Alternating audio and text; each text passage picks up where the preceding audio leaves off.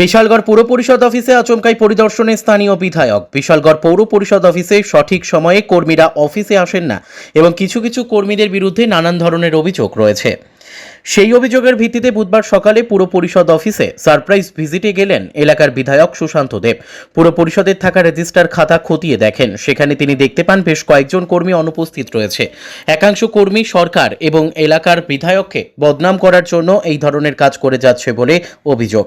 তাদের বিরুদ্ধে শক্ত হাতে দমন করা হবে বলে জানালেন বিধায়ক সুশান্ত দেব। পরিদর্শনের শেষে পৌর পরিষদের চেয়ারম্যান অঞ্জন পুরকায়স্থর সঙ্গে বৈঠকে বসেন বিধায়ক। এই ধরনের কার্যকলাপ এখানে চলবে না সাফ জানিয়ে দেন বিধায়ক সুশান্ত দেব।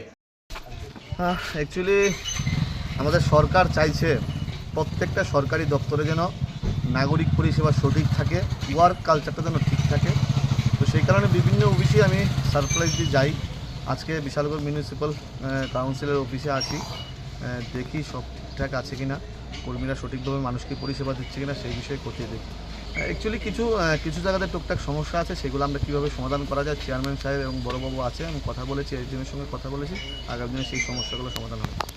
Bureau report, news tele Bharat.